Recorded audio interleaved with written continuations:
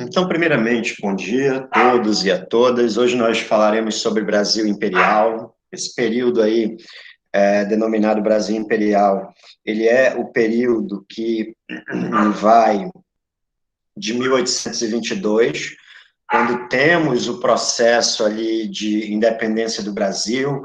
O Dom Pedro resolve ficar no Brasil, mesmo com as imposições das cortes portuguesas que mandavam retornar. Se ele não retornasse, ele perderia o, o, o, os direitos sucessórios de Dom João VI.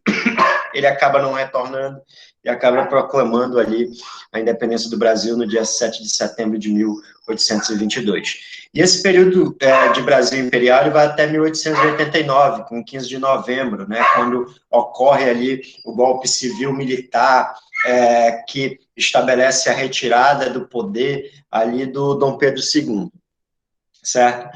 Mas nesse primeiro momento aqui a gente trata do primeiro reinado. Esse primeiro reinado é um período ali de consolidação e formação do Brasil enquanto Estado, né?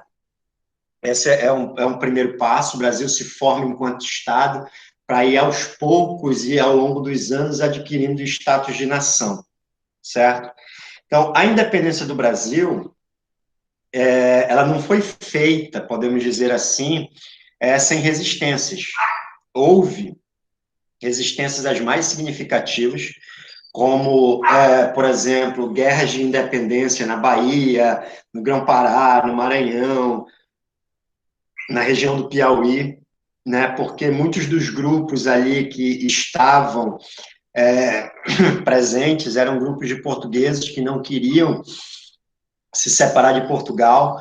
A partir daí houve uma guerra, essa guerra durou pelo menos até 1823, até que o Brasil,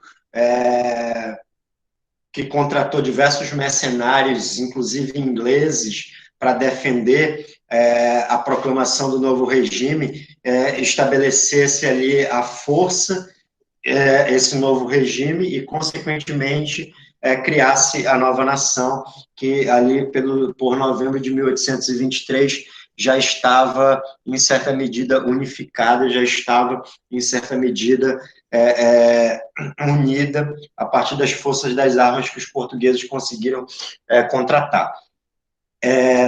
O Dom Pedro I ele acabou sendo coroado imperador, né, no ano de 1822, e a partir daí nós temos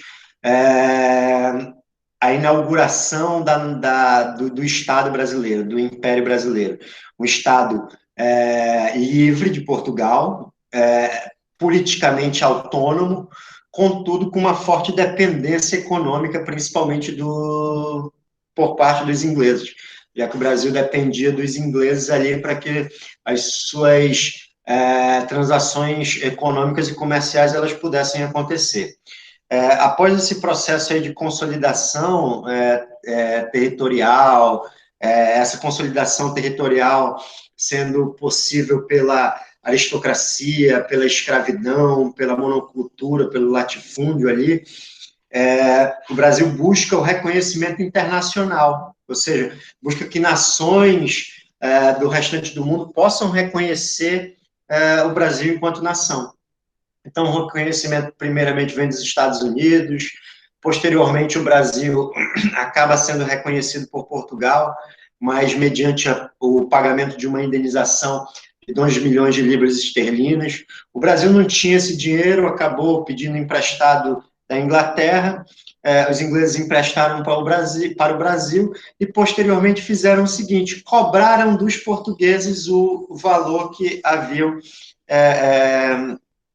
que os portugueses haviam recebido dos brasileiros, já que os portugueses deviam muito ali aos ingleses. E a Inglaterra reconhece o Brasil posteriormente como nação independente, né? E a partir daí nós temos a formação dessa nossa nação. E para que, podemos dizer assim, esse novo país que nascia, esse império que nascia nos trópicos, ele pudesse se consolidar enquanto grande nação, houve a criação de uma Constituição, Essa Constituição inicialmente ficou conhecida como Constituição da Mandioca, certo? Porque você deveria ter posses, você deveria ter rendas para poder participar da Constituinte, e a pessoa deveria ter pelo menos 100 alqueires de mandioca cultivada. Essa Constituição, ela botou ali, num campo oposto, dois grupos, o grupo dos conservadores e o grupo dos liberais. O grupo dos conservadores defendiam ali uma monarquia forte, centralizadora, absolutista. Já os liberais, eles defendiam que o rei deveria ter poderes limitados. O que ambos acabavam, em certa medida, concordando era com o voto censitário, ou seja, as pessoas deveriam ter rendas, né, para poderem ali votar. Acontece que essa Constituição da Mandioca, ela não acabou sendo muito bem aceita pelo Dom Pedro, que em 1823 ele não aceitou a limitação dos poderes dele. Os liberais acabaram saindo vencedores ali nas discussões, tentaram limitar os poderes do imperador. O imperador Dom Pedro I não aceitou, mandou fechar a Assembleia Constituinte, isso ficou conhecido ali como a Noite da Agonia, e em seguida o imperador convocou um grupo de pessoas para fazer uma Constituição e dizia ele que fosse digna aos seus poderes. Então é criada a Constituição de 1824. Nessa Constituição de 1824 foi estabelecida ali 4 poderes: o poder executivo, o poder legislativo, o poder judiciário e o poder moderador, que era um poder que controlava tudo e a todos, e era o poder do imperador, mostrando um extremo autoritarismo nessa versão constitucional e nos rumos que o país deveria seguir. Houve o voto censitário continuou sendo estabelecido, ou seja, as pessoas elas tinham que ter renda para poder votar, para poder serem votados, né? E a Igreja Católica passaria a fazer parte do Estado, inclusive o próprio imperador controlando as ações da Igreja Católica aqui. É lógico que essa reação, a partir dessa Constituição de 1824, devido a esse autoritarismo, devido a essa falta de liberdade das províncias, que eram que hoje são os estados, levou a diversos descontentamentos, inclusive a Confederação do Equador. Essa Confederação do Equador ocorreu porque o que ocorre é o seguinte: a província de Pernambuco queria se separar do Brasil devido a não aceitar essa monarquia absolutista e autoritária, e a partir daí eles queriam fazer uma república nos moldes da Gran Colômbia, e isso não foi aceito pelo governo imperial brasileiro, que agiu com repressão, agiu com violência, e prendeu um dos maiores líderes desse movimento, que foi exatamente o Frei Divino do Espírito Santo Caneca, que acabou sendo fuzilado, né? E temos ali essa Confederação do Equador sendo destituída das suas ideias. Outra crise durante esse primeiro reinado foi a Guerra da Cisplatina.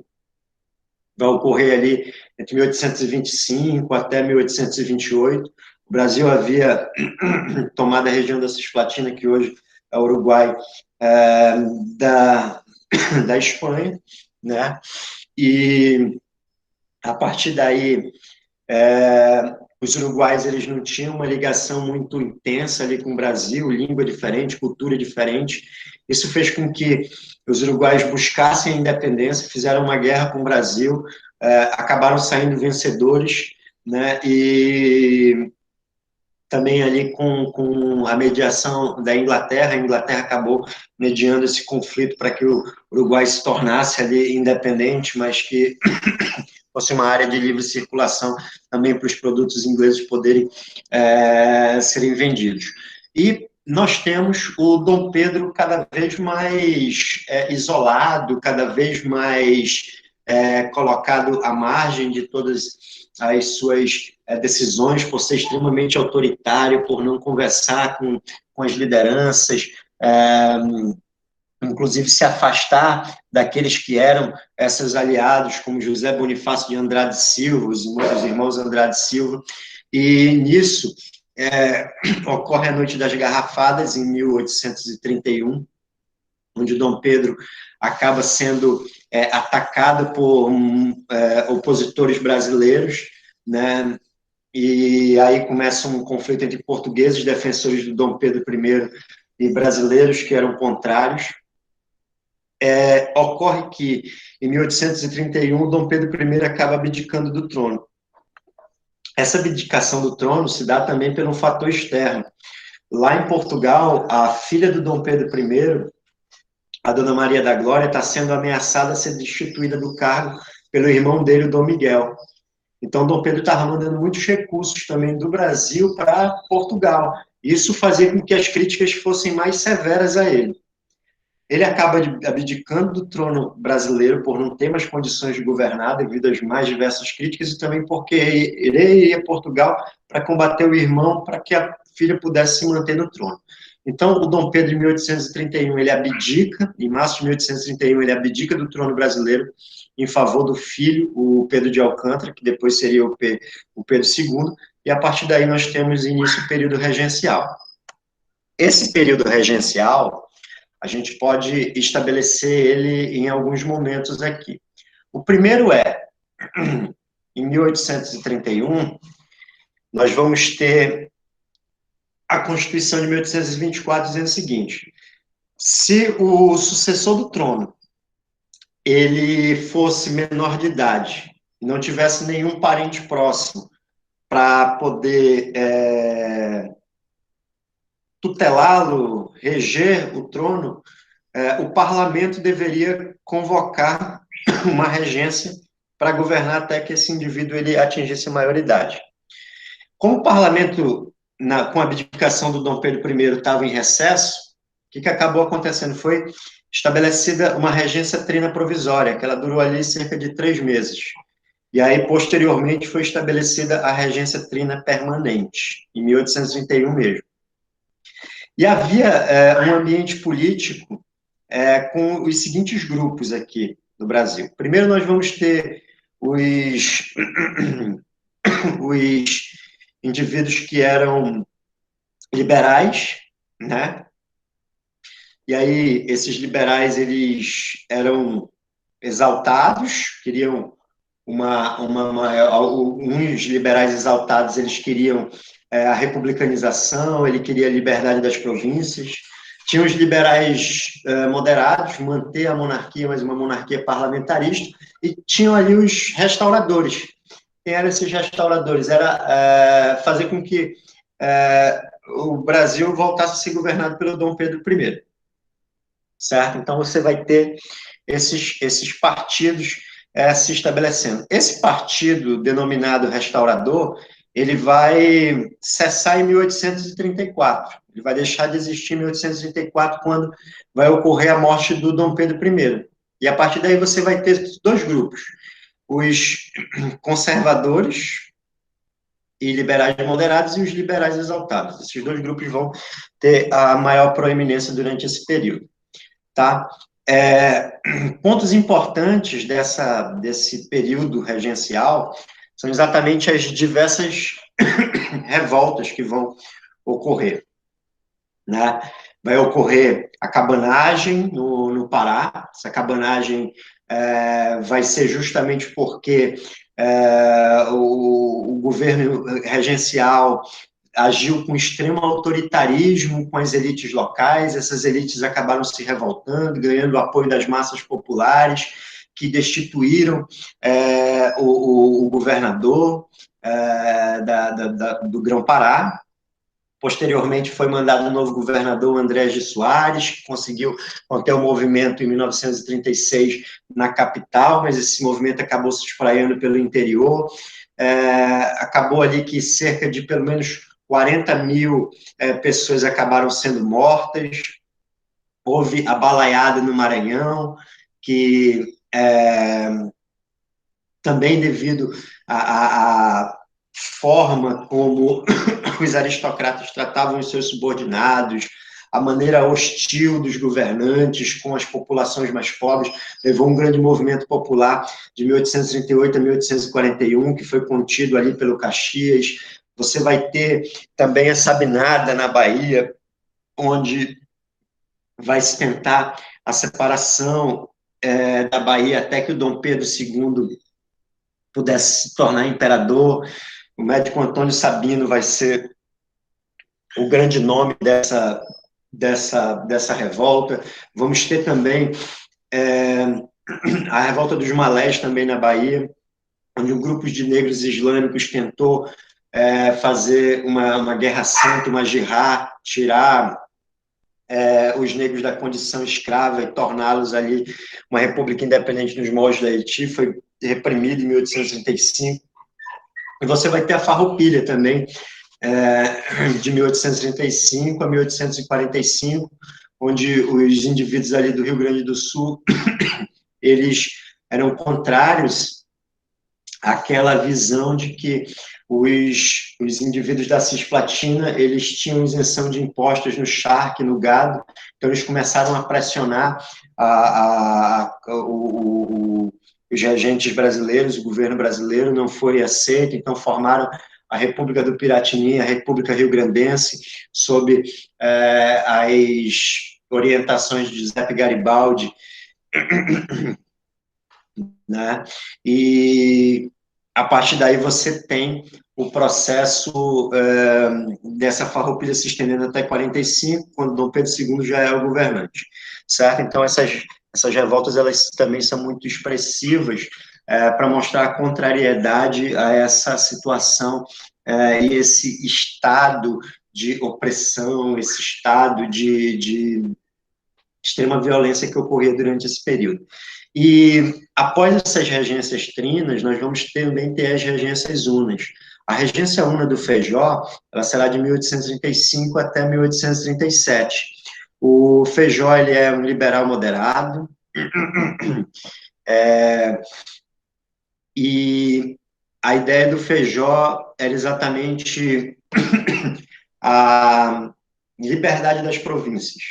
Nesse processo de liberdade das províncias, o ato adicional de 1834, ele extinguia o Conselho de Estado, ele estabelecia uma regência una e diminuía a maioridade do imperador ou de qualquer pessoa de 21 para 18 anos, para que o imperador pudesse, em breve, já assumir o trono, certo?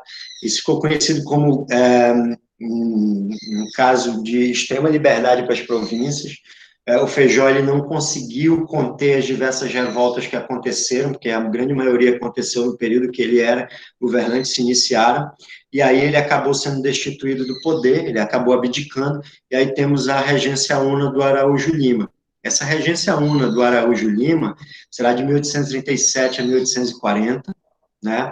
Ele vai estabelecer a lei de interpretação do ato adicional de 1834, ou seja, ele vai fazer com que ocorra novamente a centralização do poder e vai agir de maneira extremamente opressiva contra todos aqueles grupos que estão fazendo aquelas revoltas que a gente já citou aqui. E, em 1840, vai ser orquestrado o golpe da maioridade.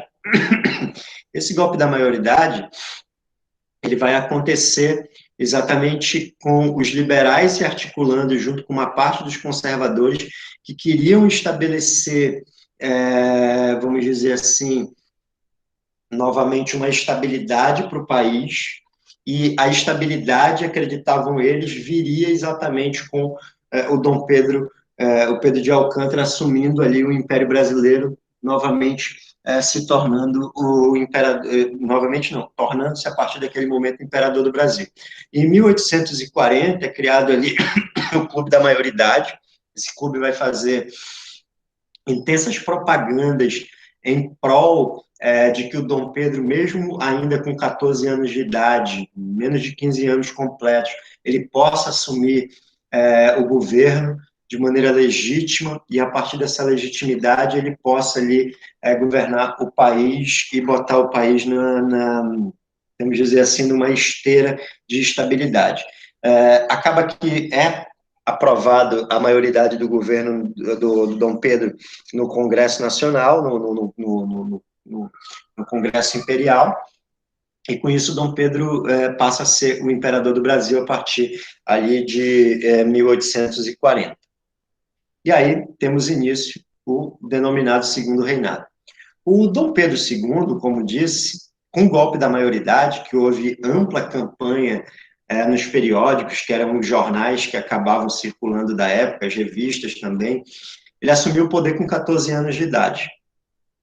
E, ao assumir, ele teve alguns problemas, primeiramente com as eleições, que ocorreram umas eleições entre 1841 e 1842, que elas ficaram conhecidas como eleições do cacete. E elas ficaram conhecidas como eleições do cacete porque tanto conservadores quanto liberais, eles agiram de violência para poder cooptar os votantes, né? Agiram de maneira opressiva para poder ganhar votos. Os liberais acabaram saindo vencedores.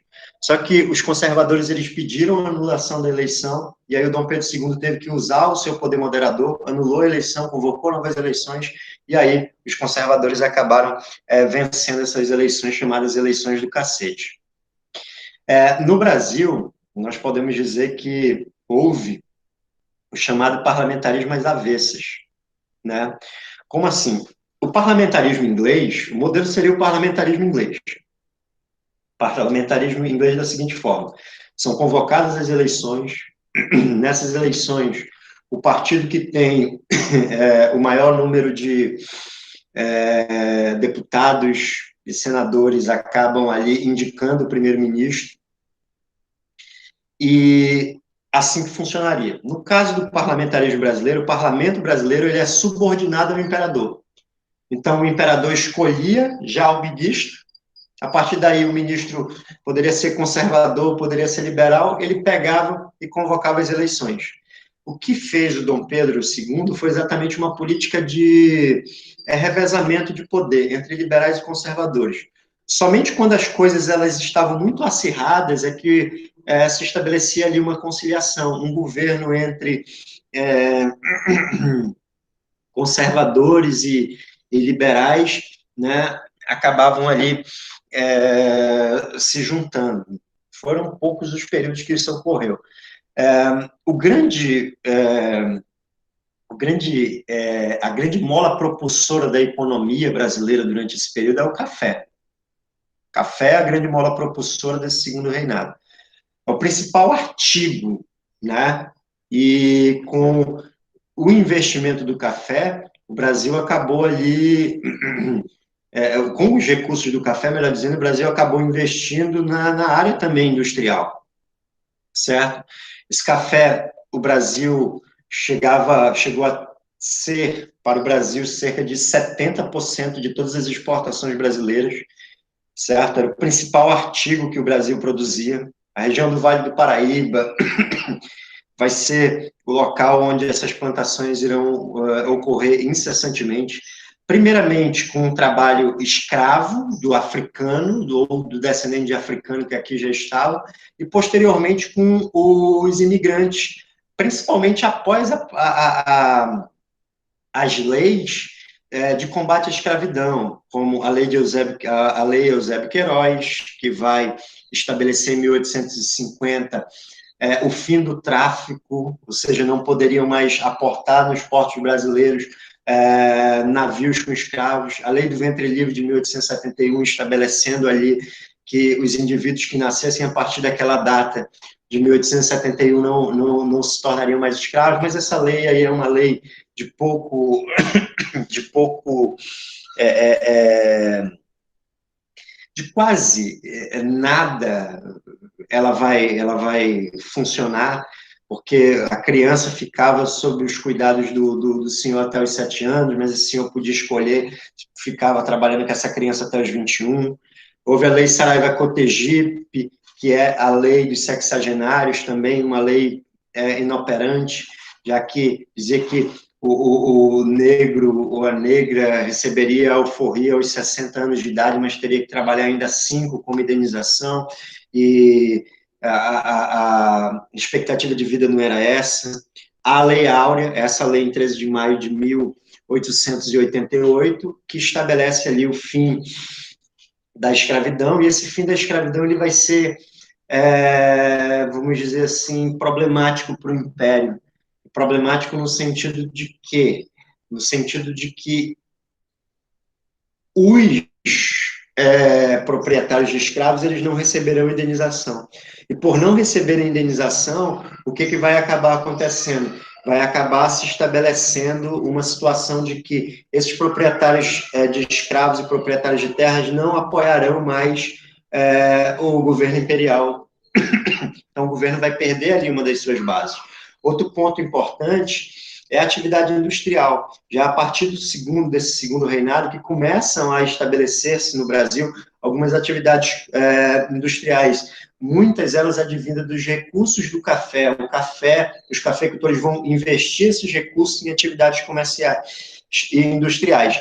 E essa atividade também era tentada e subsidiada pelo Estado, com taxas alfandegárias, né, fazendo ali com que produtos que viessem ao Brasil pagassem taxa justamente para buscar incrementar essa indústria nascente. A tarifa Alves Branco é uma dessas medidas alfandegárias com o intuito de fortalecer a indústria nacional. E o Barão de Mauá, o Irineu Evangelista de Souza, é um dos principais nomes aí dessa industrialização brasileira. O Mauá vai investir em diversas áreas bancária, de infraestrutura, né, navegação e etc., justamente para incrementar e melhorar esses níveis econômicos aí do Brasil. Outro fator importante é a Guerra do Paraguai. E essa Guerra do Paraguai ocorre um choque de interesses entre Brasil, Argentina e Uruguai e o Paraguai na região da navegação do Rio da Prata, certo? Essa guerra ela vai durar de 1865 a 1870. Os paraguaios eles queriam a livre navegação do Rio da Prata porque estavam se industrializando. Isso faz com que os paraguaios eles acabem ali prendendo navios brasileiros que circulavam na bacia do Rio Paraguai, invadissem o Uruguai, guerreassem contra a Argentina. Com isso, forma-se a Tríplice Aliança Brasil, Argentina e Uruguai contra o Paraguai. O comando dessas expedições, primeiro do Mitre, da Argentina, depois do Caxias, do Brasil, depois do Ponte de Deu, do Brasil. A vitória foi exatamente a vitória brasileira, vencendo ali o Solano Lopes em 1865, né? Cerca de 50 mil mortos, e houve o fortalecimento do Exército Brasileiro.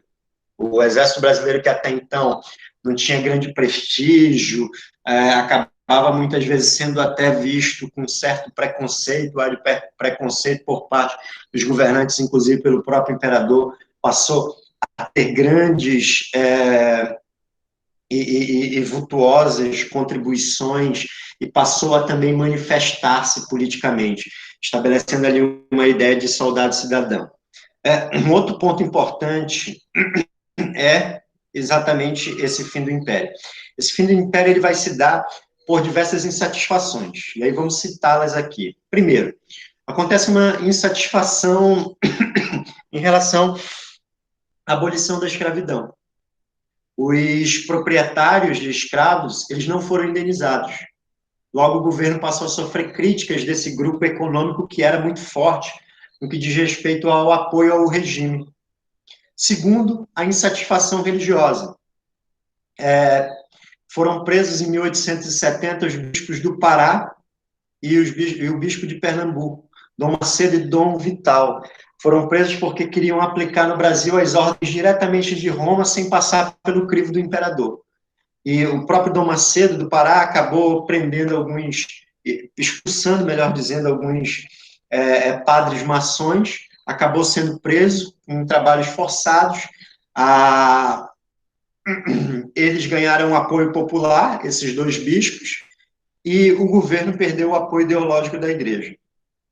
E, em seguida, a insatisfação dos militares, a insatisfação do exército, porque muitos militares começaram a fazer críticas contra corrupção, contra medidas que eles viam autoritárias, contra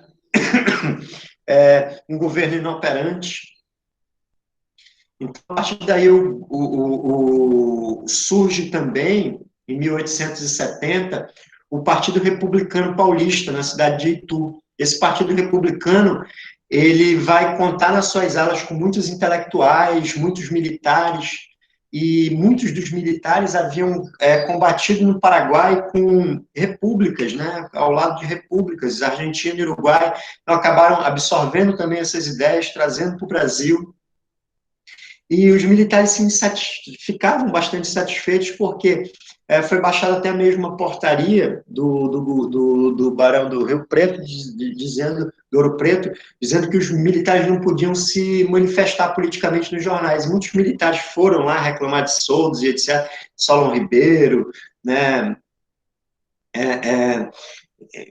para citar um aqui, e a partir disso começa o golpe militar para derrubar o Império. E esse golpe militar para derrubar o Império contou com um dos nomes mais importantes, que foi exatamente o Marechal Deodoro da Fonseca. Acabou sendo cooptado por esses militares, acabou sendo cooptado pelos republicanos para promover esse golpe militar, e exatamente no dia 15 de novembro de 1889, ocorre exatamente esse golpe militar que derruba o imperador. O imperador, quando ele recebe a notícia, ele ainda diz o seguinte: falem com Deodoro e tudo mais, tal. E aí, o que acaba acontecendo é o seguinte: o emissário diz o seguinte, mas foi o Deodoro que deu o golpe.